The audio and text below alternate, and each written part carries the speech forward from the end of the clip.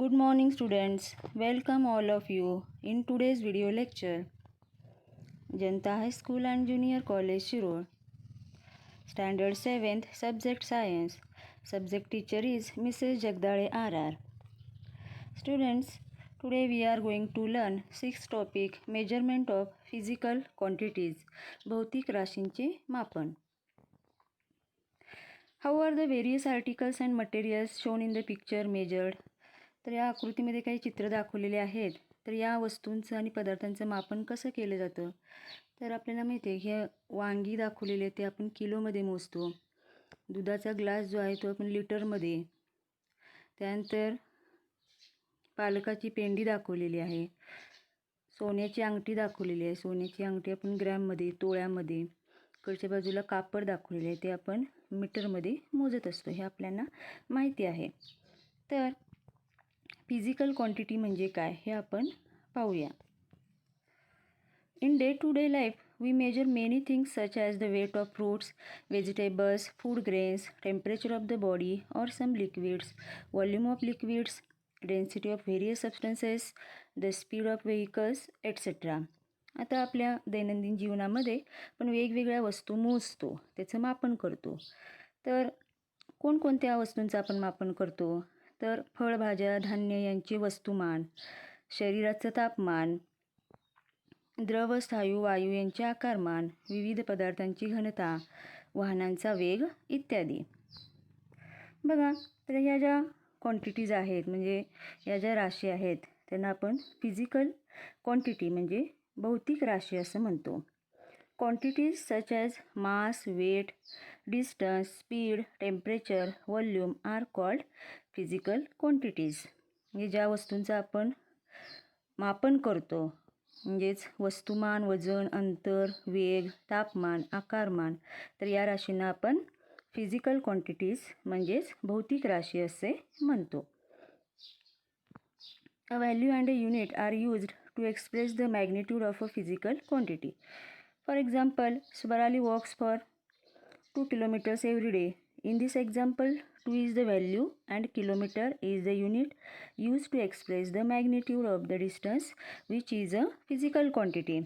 आता बघा, ह्या भौतिक राशी ज्या आहेत त्या भौतिक राशींचं परिमाण सांगण्यासाठी मॅग्निट्यूड आणि युनिट यांचा वापर करतात. तर मॅग्निट्यूड म्हणजे काय?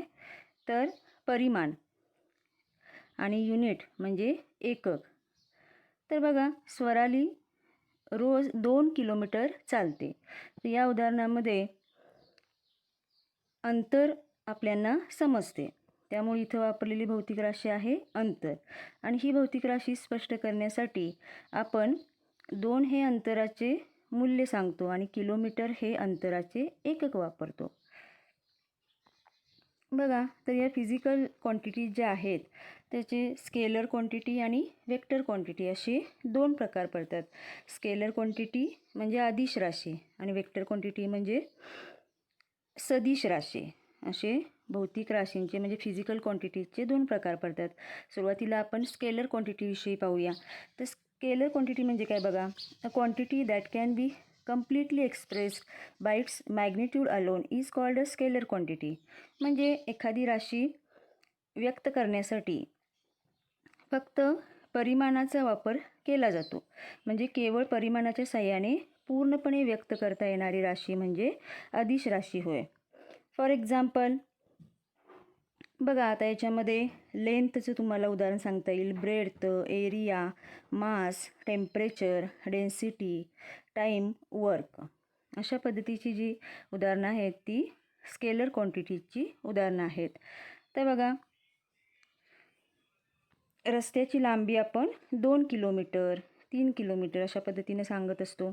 आणि 101 डिग्री फॅरेनहाईट ताप म्हणजे ह्याच्यामध्ये आपण फक्त परिमाणाच्या साहाय्यानं अशा राशी व्यक्त करतो, त्यांना आपण स्केलर क्वांटिटीज असं म्हणतो. दुसरा प्रकार आहे वेक्टर क्वांटिटी. तर वेक्टर क्वांटिटी म्हणजे सदिश राशी. बघा, the quantity that is expressed completely only when magnitude and direction are both given is called a vector quantity. म्हणजे या वेक्टर क्वांटिटीज पूर्णपणे व्यक्त करण्यासाठी आपल्याला परिमाण सांगावं लागतंच, त्याचबरोबर दिशेचाही उल्लेख आपल्याला करावा लागतो. म्हणजे यामध्ये परिमाण व दिशा यांच्या साहाय्याने पूर्णपणे व्यक्त करता येणारी राशी म्हणजेच व्हेक्टर क्वांटिटी, त्यालाच आपण सदिश राशी असं म्हणतो. Displacement, velocity are vector quantities, म्हणजेच विस्थापन आणि वेग या सदिश राशी आहेत. For example, a displacement of 20 kilometers towards the north, the aeroplane flying at a velocity of 500 km/h towards Mumbai. म्हणजेच बघा, 20 किलोमीटर विस्थापन उत्तर दिशेस मुंबईच्या दिशेने आकाशात 500 किलोमीटर प्रति तास वेगाने चाललेले विमान. म्हणजे विस्थापन, वेग म्हणजेच डिस्प्लेसमेंट आणि व्हेलॉसिटी या काय आहेत, वेक्टर क्वांटिटीज आहेत, त्याला आपण सदिश राशी असे म्हणतो. Students, now we are going to learn about the mass and weight, म्हणजेच वस्तुमान आणि वजन याविषयी जाणून घेऊया. The amount of matter present in a substance is called mass. म्हणजेच पदार्थामध्ये जो द्रव्यसंचय आहे त्या द्रव्यसंचयाला मास म्हणजेच वस्तुमान असे म्हणतात. Matter has a naturally tendency to resist a change in its state which is called inertia. Mass is the qualitative measure of the inertia of an object. बघा, तर पदार्थामध्ये नैसर्गिकपणे स्थिती बदलास विरोध करण्याची प्रवृत्ती असते आणि यालाच आपण इनर्शिया म्हणजेच जडत्व असे म्हणतो. आणि हे जे वस्तुमान आहे म्हणजे जे मास आहे ते वस्तूच्या जडत्वाचे गुणात्मक माप आहे. जितके वस्तुमान जास्त तितके जडत्वही जास्त असते. मास इज अ स्केलर क्वांटिटी, म्हणजे वस्तुमान ही अदिश राशी आहे. म्हणजे इथं वस्तुमान ही राशी व्यक्त करण्यासाठी आपल्याला दिशेची आवश्यकता भासत नाही, त्यामुळं वस्तुमान ही अदिश राशी म्हणजेच याला आपण scalar quantity, mass is a scalar quantity असं म्हटलेलं आहे. It does not change from place to place anywhere in the world. The quantities mass and weight are however different. Gram and kilogram are the units of mass. म्हणजे वस्तुमान ही जी राशी आहे जगामध्ये कुठेही गेलं तरी ती बदलत नाहीत. हे वस्तुमान ग्रॅम आणि किलोग्रॅम या एककामध्ये मोजलं जातं. त्यानंतर आपण पाहूया वेट म्हणजे वजन. What we measure in grams kilogram is mass and not weight. The gravitational force that acts on this mass is called its weight. आता बघा, ज्या वस्तू आपण ग्रॅम किलोग्रॅममध्ये मोजतो ते त्यांचं वस्तुमान असतं आणि या वस्तुमानावर जेवढं गुरुत्वीय बल काम करतं त्याला त्याचं वेट म्हणजेच वजन असे म्हणतात. The gravitational force by which the earth attracts and object towards its centre is called the weight of the object. Therefore weight is a vector quantity. बघा, एखाद्या वस्तूला पृथ्वी गुरुत्वीय बलानं आपल्या केंद्राकडे आकर्षित करत असते आणि त्याला वस्तूचे वजन असे म्हणतात. त्यामुळं वजन ही काय आहे म्हणजेच वेट ही काय वेक्टर क्वांटिटी म्हणजेच सदिश राशी आहे. आणि ही जी सदिश राशी आहे ती पृथ्वीवरील वेगवेगळ्या ठिकाणी वेगवेगळी असते. जसं मास जे आहे जगात कुठेही गेले तरी मास तेच राहणार आहे, परंतु वेट मात्र वेगवेगळ्या ठिकाणी वेगवेगळे असू शकते. Students, now we learn about the physical quantity, types of physical quantities as scalar quantity and vector quantity, and also we learned about mass and weight. In everyday affairs we measure many different physical quantities. As these physical quantities are different from each other, a specific unit is used to measure each quantity. Therefore different units are used while measuring different quantities.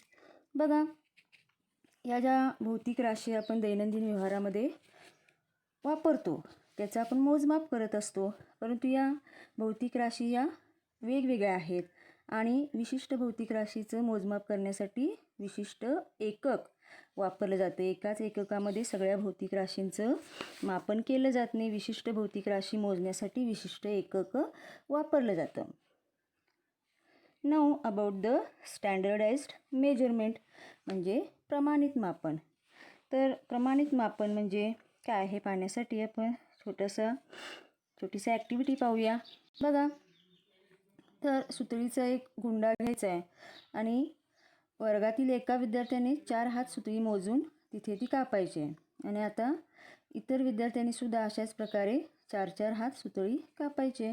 आता सर्व तुकडे एकत्र जमा करायचे आहेत आणि त्यांचे एक टोक एकत्र पकडायचं आहे.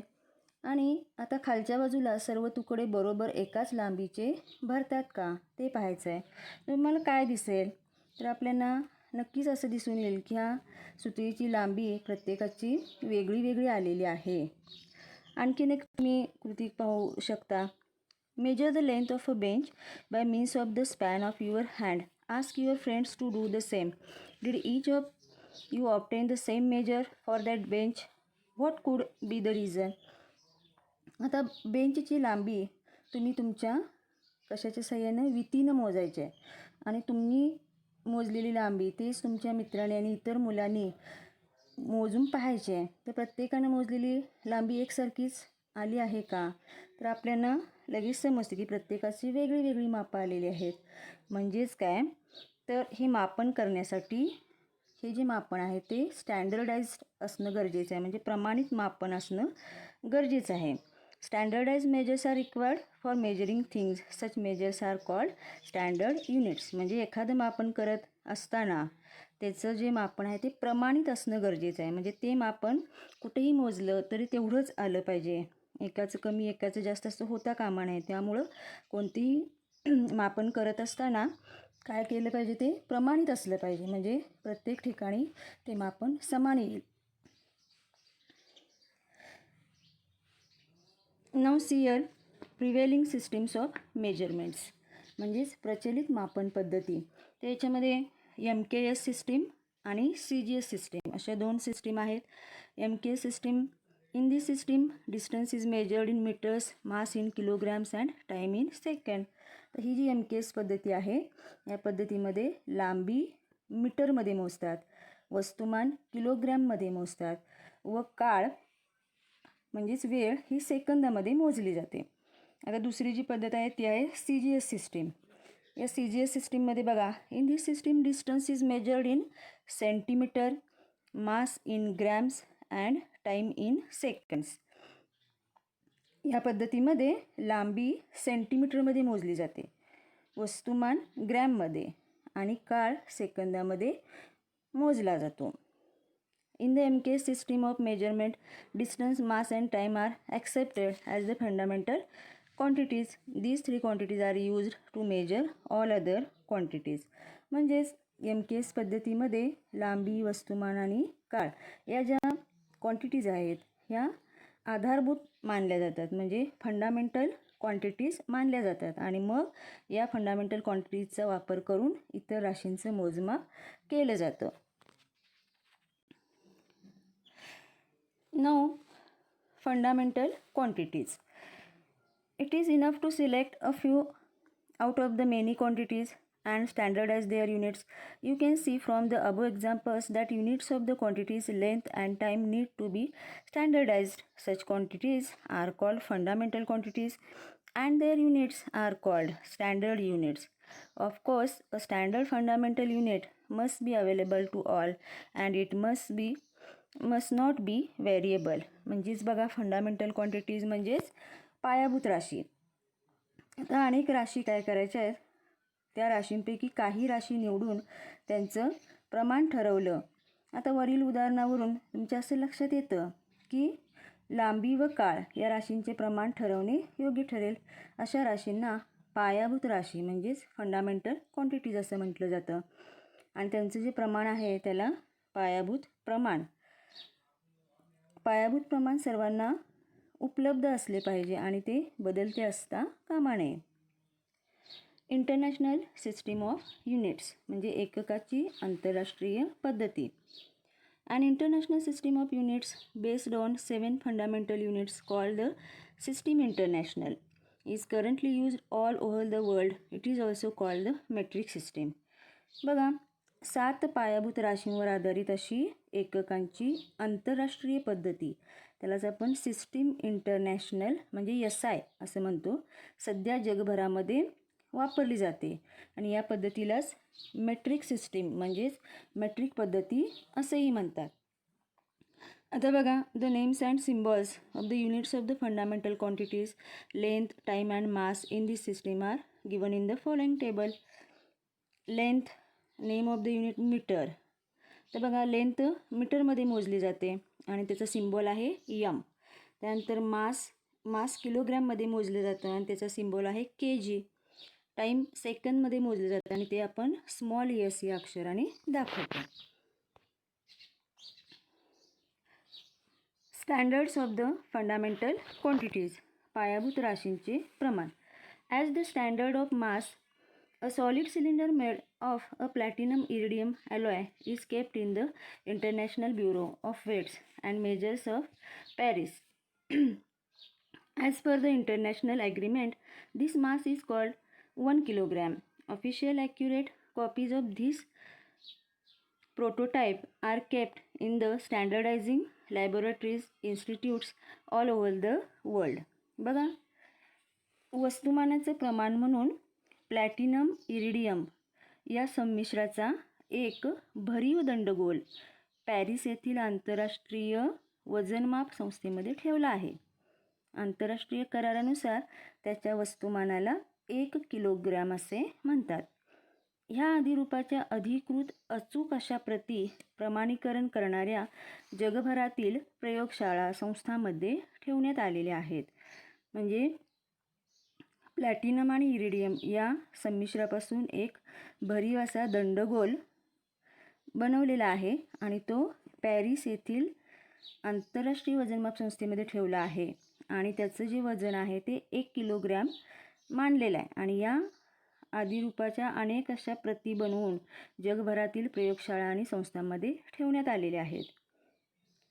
2 fine lines are engraved on a platinum iridium bar kept in the International Bureau of Weights and Measures at Paris. The distance between these 2 lines is accepted as the standard meter.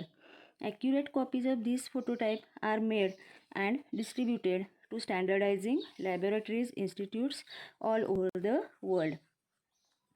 Paris येथील आंतरराष्ट्रीय संस्थेमध्ये ठेवलेल्या platinum iridium संमिश्राच्या या आदिरूप पट्टीवर 2 सूक्ष्म रेषा कोरलेल्या आहेत. या 2 रेषांमधील अंतर मीटर म्हणून प्रमाण मानले आहे. या आदिरूप पट्टीच्या अचूक प्रती तयार करून जगभरात प्रमाणीकरण करणाऱ्या प्रयोगशाळा संस्थांमध्ये दिलेल्या आहेत. The time required for 1 revolution of the earth is measured by means of an accurate device. This time is taken as 24 hours. To standardize 1 second, 1 hour is considered to have 60 minutes and 1 minute 60 seconds. बघा, आता वेळ मोजण्यासाठी पृथ्वीच्या एका परिवलनास जो वेळ लागतो तो अचूक साधनाने मोजून त्यास 24 तास धरून 1 दिवस प्रमाणित केले जात असते आणि तासाची 60 मिनिटे आणि 1 मिनिटाचे 60 सेकंद याप्रमाणे 1 सेकंद प्रमाणित केला जातो. जे अशा पद्धतीनं काय केलं जातं, हे जे पायाभूत राशी आहे त्या पायाभूत राशींचं प्रमाण ठरवलं जातं. आता हे मोजमाप करत असताना सुद्धा आपल्याला अचूकपणे याचं मापन करणंसुद्धा गरजेचं आहे. Importance of accurate measurement. बघा, how accurate a measurement must be depends upon its purpose. Accordingly, an appropriate device has to be used for the measurement.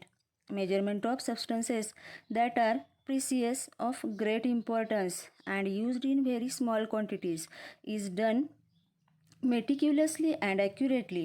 Due to advancement in technology, devices that measure very small magnitudes of quantities like distance, mass, time, and temperature are available now. For example, distance and time in connection with very important sports competitions, mass of gold, body temperature, etc. बघा, तर मापन किती अचूक असावे हे मापन कोणत्या कारणासाठी आपण करणार आहोत यावर ठरते. म्हणजे कोणत्या कारणासाठी आणि कशासाठी आपण ते मापन करतोय त्यासाठी ते साधन आपल्याला निवडावं लागतं. मौल्यवान, विशेष महत्त्वाच्या आणि अल्प प्रमाणात वापरले जाणाऱ्या पदार्थांचे मोजमाप अगदी काटेकोरपणे आणि अचूकपणे केले जाते. आता तंत्रज्ञानामध्ये दिवसेंदिवस प्रगती होत असते आणि या प्रगतीमुळं अंतर, वस्तुमान, काळ, तापमान इत्यादी राशींची सूक्ष्म मापनेही अचूकपणे करणारी साधने आता उपलब्ध आहेत, जे अगदी लहानात लहान मापनसुद्धा आपल्याला या साधनांच्याद्वारे करता येतं. उदाहरणार्थ बघा, आता महत्त्वाच्या क्रीडा स्पर्धा असतात, त्या क्रीडा स्पर्धांच्यामध्ये अंतर आणि काळ, म्हणजे रनिंगची स्पर्धा असेल तर एखाद्या धावपटूने किती वेळामध्ये पूर्ण केलेला आहे, तो अगदी जो काळ आहे तो अगदी त्याचं सूक्ष्म मापन केलं जातं.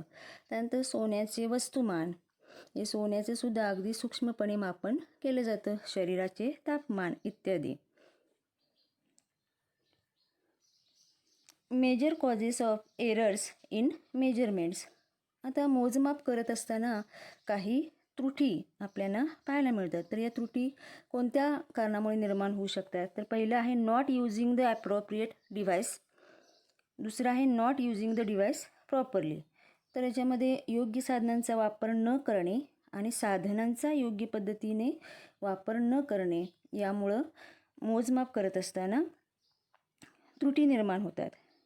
Do you really get as many liters of petrol as the petrol pump indicates? To ensure this, it is necessary to check it against a standard measure from time to time. This is called standardization. Similarly, it is necessary to standardize the weights and measures used in the market.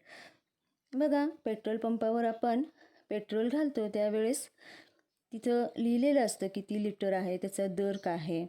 त्यामुळं बघा, तितके petrol आपण घालायला दिलेलं आहे तेवढं आपल्याला प्रत्यक्षात मिळाले आहे का, हे खात्री करण्यासाठी प्रमाणित मापाने ते अधूनमधून तपासणे गरजेचे असते. यालाच स्टँडर्डायझेशन म्हणजे प्रमाणीकरण असे म्हणतात. त्याच पद्धतीने बाजारामध्ये वजने व मापे वापरली जातात, तर हे सुद्धा वेळोवेळी प्रमाणित करणे गरजेचे असते. While buying things to grocery shops, the vegetable market, remember to look out for the following and tell your guardians to do so too. बघा, तर किराणा दुकान असेल, भाजी मंडई असेल, तर एखादी वस्तू खरेदी करत असताना तुम्ही सुद्धा काही बाबी काळजीपूर्वक पाहिल्या पाहिजेत. तर आपण काय पाहिलं पाहिजे? बघा, does the balance carry the stamp of standardisation by the department of weights and measures. म्हणजे तराजूवर वजनमाप विभागाचा प्रमाणित छाप आहे का? Is the balance stable? Is the pointer of the balance upright? तराजू स्थिर आहे का? तराजूचा काटा सरळ आहे का? Is the weight made of metal? How is the balance held? म्हणजे जे माप वापरलेलं आहे वजनासाठी ते धातूचंच बनवलेलं आहे का, किंवा मापन करत असताना तराजू कशा पद्धतीने धरलेला आहे. Has the underside of the pan of the balance been tampered with? म्हणजे तराजूच्या पारड्याच्या खालची बाजू कशी आहे, किंवा खालच्या बाजूला काही लावलेलं आहे का. अशा पद्धतीनं आपण बाजारात खरेदी करत असताना निरीक्षण केलं पाहिजे. थँक्यू.